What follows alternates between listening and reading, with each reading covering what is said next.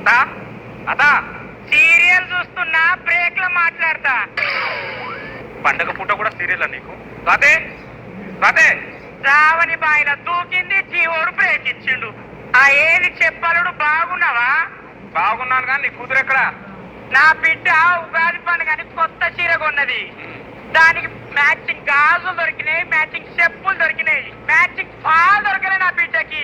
ఇక పాలు కోసం 3 రోజుల సంది బజార్లు తిరుగుతుంది.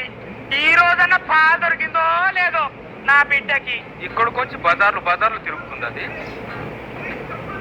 హలో హలో, ఎక్కడున్నావే? ఇంట్లో. ఎవరింట్లో? మా ఇంట్లో. మీ ఇంట్లో ఏం చేస్తున్నావు? టీవీ చూస్తున్నా. అవునా?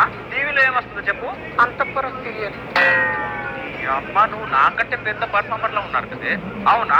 ఒక్కసారి మాట్లాడు నీ కూతురుతో. ఆ బిడ్డ కళ్యాణ్ ఇంట్లో ఉన్నావా? కళ్యాణ్ ఇల్లు మన ఇల్లు ఒకటైపోయే. కళ్యాణ్ మొగుడు దీని మొగుడు ఒకటి కాదుగా. నీకు పాలు దొరికిందా బిడ్డ? పాలు దొరికినాకనే రా, తొందరేం లేదు. ఏంది అల్లుడు అంతఃపురం సీరియల్ సావిత్రి మొగుడు మాట్లాడినట్టే మాట్లాడుతుంటివి? ఏంది నీ కథ? అసలు అల్లుడు అంటే గౌరవం లేదు నీకు. అందుకే నీ కథ ఏంటో నీ కూతురు కథ ఏంటో ఈరోజు తెలుసుకుందామని వచ్చాను. అది అల్లుడు, అది ఆ రోజుల్లో నేను అడగలేకపోయాను, ఈ రోజు నువ్వు అడుగుతున్నావు అల్లుడు. శభాష్. ఈ రోజు ఏంటి చెప్పు.